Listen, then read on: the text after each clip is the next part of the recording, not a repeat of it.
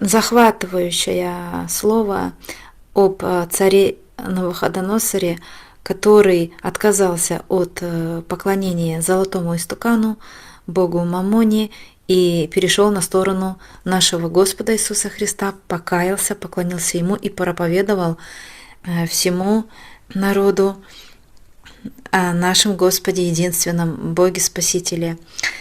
Да, когда еще поклонялись этому золотому истукану, царь это повелел делать своему народу, то несколько людей, они отказались, потому что они поклонялись нашему Богу.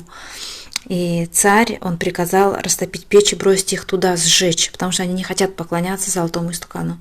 И когда их бросили в печь, они не сгорели, там появился ангел, который защитил их и вывел их.